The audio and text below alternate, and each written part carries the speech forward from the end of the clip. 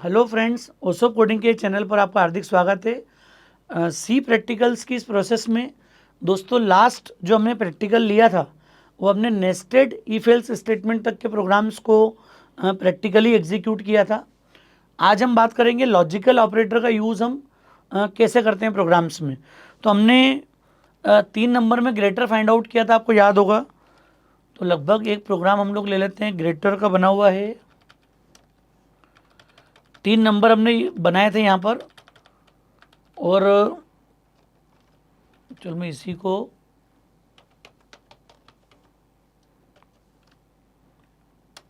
Greater 3 नाम दे दिया है, सेम कोई। अब लॉजिकल ऑपरेटर का क्या रोल देखा था दोस्तों हमने, आपको याद होगा। हमने 3 लॉजिकल ऑपरेटर पढ़े थे, लॉजिकल एंड, लॉजिकल और लॉजिकल नॉट। ये 3 ऑपरेटर में लॉजिकल नॉट को हम यूनरी ऑपरेटर मानते हैं। जो भी कंडीशन ट्रू होगी उसका नॉट अगर आप लेते हैं you will get false condition. और ये 2 ऑपरेटर बाइनरी ऑपरेटर हैं। 2 बुलियन कंडीशंस, 2 डिसीजन अगर होंगे तो उनका लॉजिकली मतलब लॉजिकल एंड और लॉजिकल और हम इवेल्युएट कर पाएंगे। तो ये 2 ऑपरेटर का यूज़ करते हैं। एंड कब यूज़ होगा, जब दोनों एक्सप्रेशन या सारे एक्सप्रेशन ट्रू हो। और लॉजिकल और का कब रोल होता है, कब ये ट्रू रिजल्ट देगा आपको, जब कोई भी एक कंडीशन, कोई एक बुलियन एक्सप्रेशन आपको ट्रू वैल्यू दे रहा हो। ये सब कुछ हम समझ चुके हैं। प्रैक्टिकली आज हम देखते हैं, अगर 3 नंबर में हमको लॉजिकल इवेल्युएट करना हो तो हमारा तरीका क्या होगा। ए अगर बी से बड़ा हो और ए हम चेक कर लें कि वो सी से ही बड़ा हो, मतलब ये जो नीचे हमने चेक लगाया था याद करो आप, अब इसकी नीड ही नहीं है क्योंकि हमने इसको एंड के साथ में यूज़ कर लिया।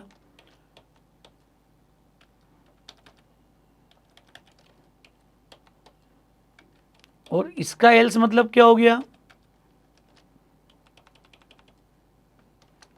अब आप देखो कंडीशन रिड्यूस हो गई आपकी प्रोग्राम में। यहाँ पर ए बी से बड़ा हो और ए सी से बड़ा हो। अगर ए दोनों से बड़ा हो तो हमने मैसेज कर दिया। अब अगर ये फॉल्स है तो क्या हो गया,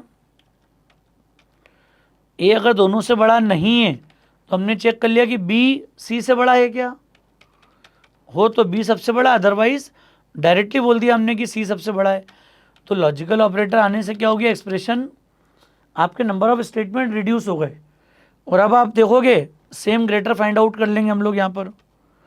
44, 22, 77, you will gate 77 is greatest. अब हमने दिया 55, 33, 44, you will see 55 is greatest, क्योंकि ए बी से ही बड़ा है और ए सी से ही बड़ा है।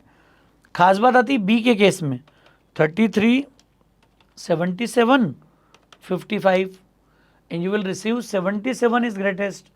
मतलब यहाँ पर क्या नोटिस किया, अगर ए दोनों से बड़ा नहीं है तो ही कर्सर एल्स पार्ट में आएगा।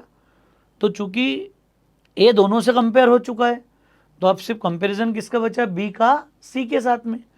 तो ये लॉजिकल भी यूज़ हो गया कॉम्बिनेशन में, और साथ में नेस्टिंग का भी एडवांटेज मिल गया।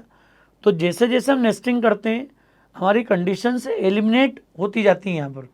ये एक बहुत बड़ी बात, इंपॉर्टेंट बात हम लोगों के लिए, प्रोग्रामिंग एग्जाम्पल्स को रन करने के लिए। तो दोस्तों ये लॉजिकल ऑपरेटर्स का रोल है। तो आपने देखा होगा इंक्रीमेंट, हमने अरिथमेटिक ऑपरेटर देखे, फिर रिलेशनल या कंपैरिजन ऑपरेटर को देखा है। सेम प्रोग्राम हम बना सकते हैं, टर्नरी ऑपरेटर के थ्रू भी इसको डेवलप कर सकते हैं पूरा।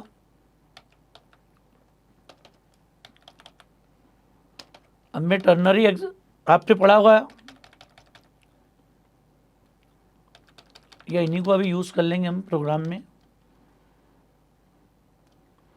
कैसे यूज़ करते हैं टर्नरी ऑपरेटर, हम ए ग्रेटर देन बी और क्वेश्चन मार्क,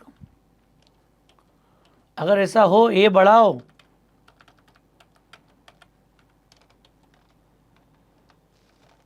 कंट्रोल इंसर्ट और यहाँ आ जाएगा कॉलन, शिफ्ट इंसर्ट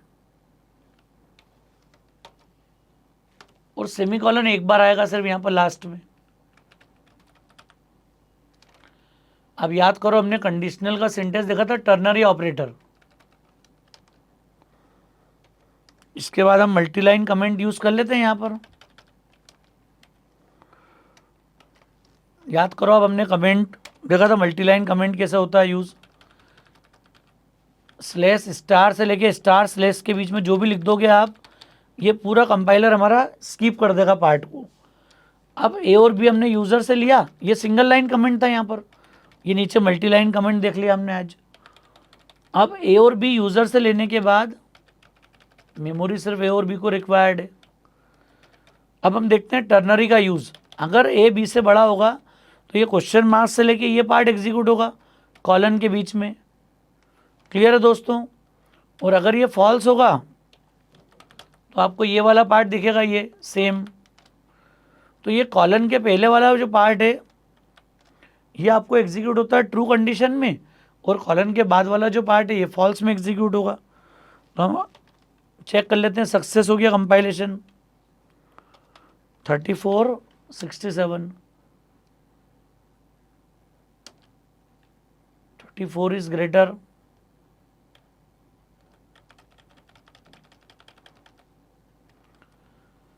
दोस्तों ये मैंने कॉपी कर लिया और कॉपी के बाद चेंज नहीं किया है यहाँ पर ए और बी। अब आप फिर से इसको एक बार आपने सेव कर लिया, control F9, 3467, you will see 67 is greatest। एक बार 55, 33, 55 is greatest। मतलब आपको दिख रहा है कि ट्रू और फॉल्स दोनों केस में हमने इसको चला के देखा था। अब हम देखते हैं यहाँ पर नेस्टेड वाला केस। नेस्टेड मतलब आप 3 नंबर में ग्रेटर का प्रोग्राम भी बना सकते हो एक ही लाइन में, सिंगल लाइन में, ए बी और सी।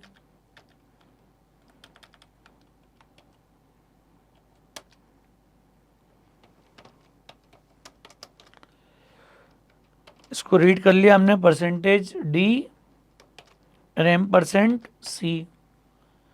3 नंबर आ गए हमारे पास। क्या करेंगे यहाँ पर, अब ट्रू में ए अगर बी से बड़ा हो then we can compare A greater than C question mark, और प्रिंटफ में आ गया ए और कॉलन में आ गया सी। यहाँ आपको ब्रैकेट यूज करना है पूरा कंप्लीट, और फिर आएगा कॉलन, और कॉलन के बाद ये पूरा स्टेटमेंट जो हमने लिखा था यहाँ पर,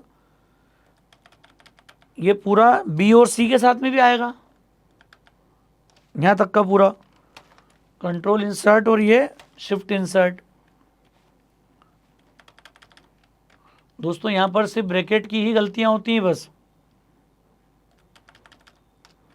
यहाँ मैं ले लूँगा B greater than C. Second वाले में हम क्या चेक करते हैं, बी सी से बड़ा हो तो यहाँ आ जाए बी बड़ा है, अदरवाइज सी बड़ा है। अब ये पूरे स्टेटमेंट को एक बार फिर से मैं चला रहा हूँ, देखो आप। पहले हम चेक करेंगे ए ग्रेटर देन बी, क्लियर है पॉइंट। देन इसके ट्रू में अब ब्रैकेट स्टार्ट हो गया। ए अगर सी से बड़ा हो तो फिर ए बड़ा है, इसके कॉलन के बाद हमने क्या बोल दिया, सी बड़ा है। ये पूरा पार्ट फिनिश हो गया। अब ए ग्रेटर देन बी अगर फॉल्स है, पहला वाली कंडीशन, तो ये वाले कॉलन के बाद आएंगे हम लोग। देन विल कंपेयर बी और सी। बी ग्रेटर देन सी है क्या, ट्रू हो तो फिर बी बड़ा है, और इसके कॉलन के बाद सी बड़ा है। तो ये हमने पूरा कॉन्सेप्ट यूज़ कर लिया यहाँ पर। एक ही लाइन में हमने पूरा नेस्टेड फॉर्म में कंडीशनल ऑपरेटर यूज़ कर लिया। Value they the 44, 33, 11। You will see 44 is greatest. और कॉम्बिनेशन दे दिया हमने 88, 99, 33। You can C 99 is greatest. एक बार बी को ग्रेटर दे दो, 67, 99, 33। Again you will see 99 is greatest. दोस्तों ये वो तरीके हैं जिनसे हमने कंडीशनल टर्नरी ऑपरेटर के थ्रू इस प्रोग्राम को बनाया। तो मुझे उम्मीद है आपको कॉन्सेप्ट थोड़ा समझ में आ गया होगा यहाँ पर कैसे इसको यूज़ करते हैं। अब एक मैं आपको केस थोड़ा समझाना चाह रहा था इंक्रीमेंट और डिक्रीमेंट ऑपरेटर को लेकर, या उसको हम चाहते हैं कि नेक्स्ट इसी लेक्चर में कवर कर लेते हैं। एक नई फाइल बना ली, हम तो बनी बनाई यूज़ कर लें।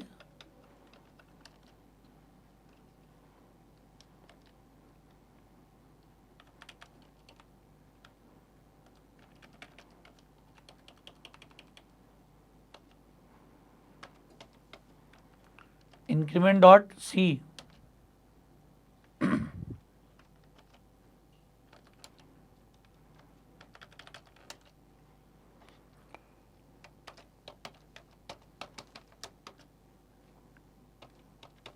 stdio dot H.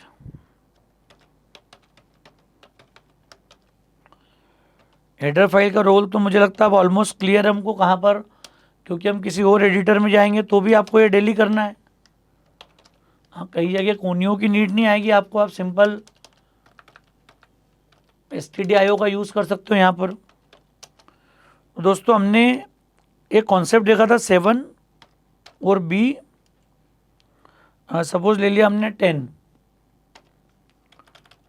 या अभी 7 को डिक्लेयर कर दिया, और आपको याद होगा बी असाइंस, हमने बोला था ए प्लस प्लस सेमी कॉलन,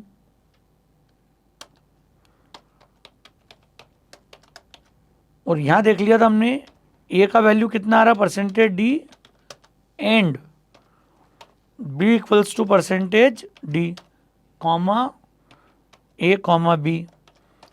ये सब हम चला चुके हैं पूरा केस, सिर्फ आपको प्रैक्टिकल के लिए मैं एक बार थोड़ा चाहता हूँ कवर हो जाए। छोटा सा प्रोग्राम है,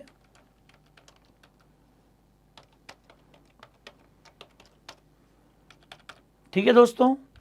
ए को हमने 7 ले लिया, अब पोस्ट इंक्रीमेंट में क्या पढ़ा हमने, अरे पोस्ट इंक्रीमेंट का मतलब आपने पढ़ा होगा कि पहले ए असाइन कर दो बी में, then we do A assigns A plus 1।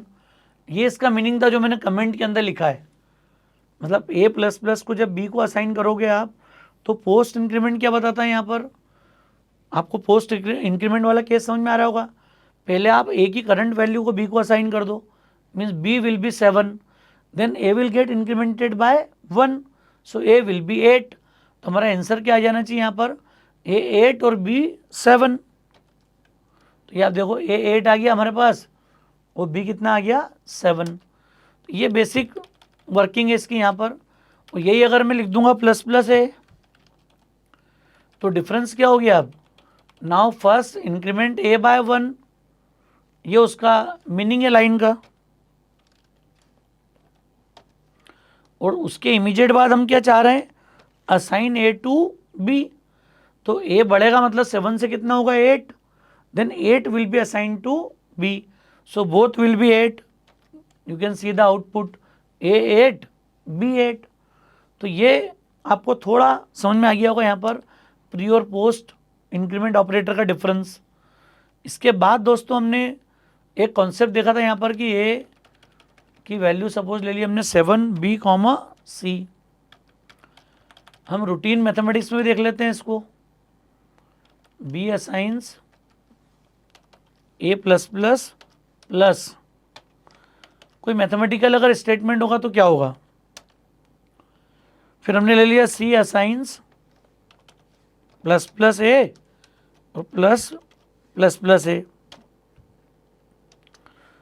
Meaning क्या है इसका यहाँ पर ऊपर वाले का, मतलब इसका पोस्ट इंक्रीमेंट का मतलब हो गया कि first B assigns A plus A current value of A, then increment A by 2, क्योंकि ए बराबर ए प्लस 1, ए बराबर ए प्लस 1 दो बार चलेगा यहाँ पर। ये इस लाइन का रिप्लेसमेंट है जो मैंने इसके ठीक सामने लिखा है अभी, ए प्लस ए को बी को असाइन कर दो, चूँकि पोस्ट इंक्रीमेंट है इसलिए, और फिर ए प्लस 1 ए प्लस 1।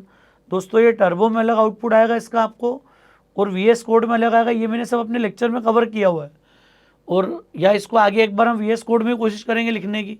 यह बहुत सिंपल है, आप एक बार चलाना वहाँ जाके। हाँ, यहाँ जो प्री इंक्रीमेंट है इसमें डिफरेंस है। यहाँ पर एक बार ए प्लस 1 पहले हो गया, फिर सेकेंड टाइम ए प्लस 1 हो गया, और देन सी असाइंस क्या हो गया ए प्लस ए। ये कॉन्सेप्ट का डिफरेंस है दोनों का। तो इसके हिसाब से क्या हो गया, ए प्लस ए मतलब 7 + 7, 14 वैल्यू किसको आ जाएगी, बी को, तो बी विल बी 14। फिर ए चेंज हो गया 8 हो गया और 9 हो गया, यहाँ आ गए 9 से वो 10 हो गया और 11 हो गया।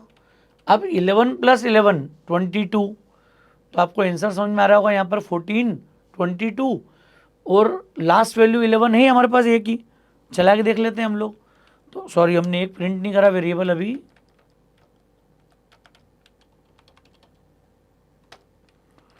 कट पेस्ट कॉपी में यही होता है। क्या कर देंगे अपन,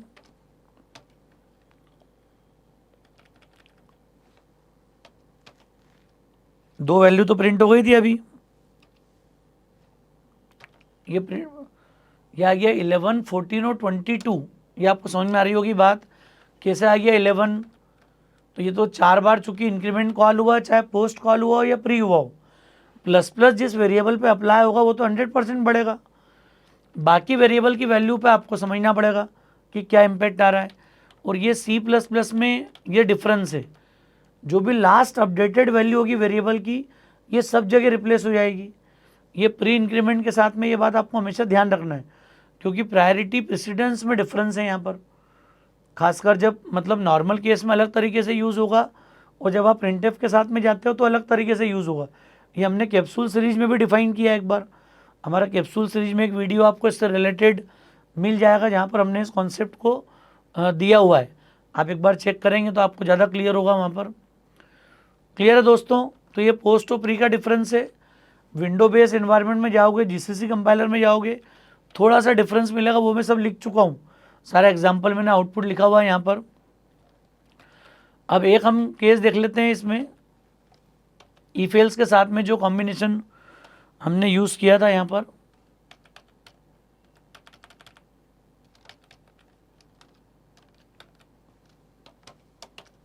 हमने दिया था A++ एंड -B, और इसके ट्रू होने पर A और B की वैल्यू प्रिंट कर दी थी हमने।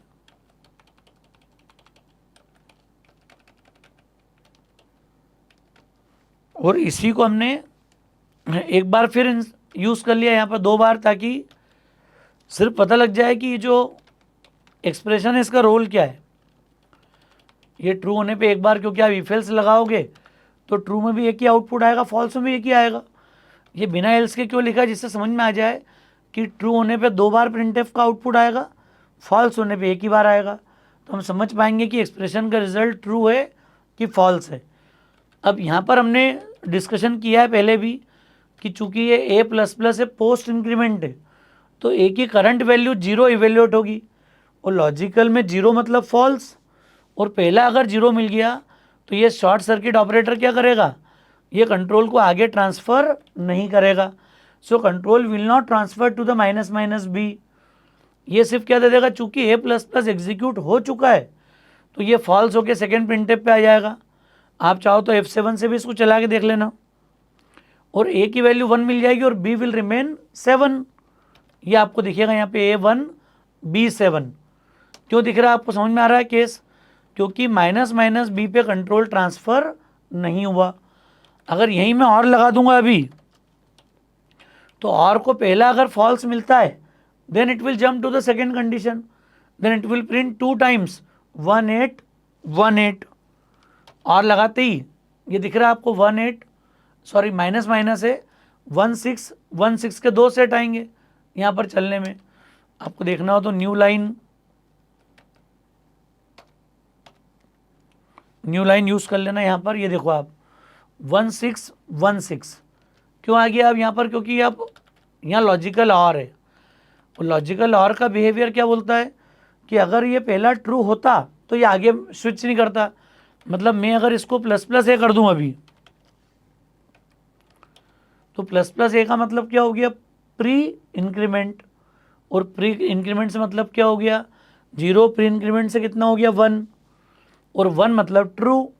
और लॉजिकल और पहला अगर ट्रू ले लेगा तो शॉर्ट सर्किट बिहेवियर इसका एक्टिवेट हो जाएगा, और शॉर्ट सर्किट बिहेवियर एक्टिवेट होगा देन यू विल सी कि वो -B पे ट्रांसफ़र नहीं होगा, and it will print 1717 two times. देख लेते हैं आउटपुट, ये देखो आप 1717 दो बार हमारा आउटपुट आ रहा है। तो ये एक बेसिक बिहेवियर था इंक्रीमेंट डिक्रीमेंट ऑपरेटर का, ये सब हम पढ़ चुके हैं क्लासरूम में। उसके बाद ही हमने ये प्रैक्टिकल सेशन आपके साथ शेयर किया है। तो दोस्तों मुझे उम्मीद है कॉन्सेप्ट आपको समझ में आ गया होगा। कॉन्सेप्ट ठीक लगा हो तो अपने फ्रेंड्स के बीच में ज़रूर शेयर कीजिएगा। ओसोप कोडिंग को अगर अभी आपने सब्सक्राइब नहीं किया है तो याद से आप चैनल को सब्सक्राइब कर लीजिए, बेल आइकन को प्रेस कर लीजिए, इससे आप हमेशा नोटिफाइड रहें। थैंक्स अ लॉट दोस्तों।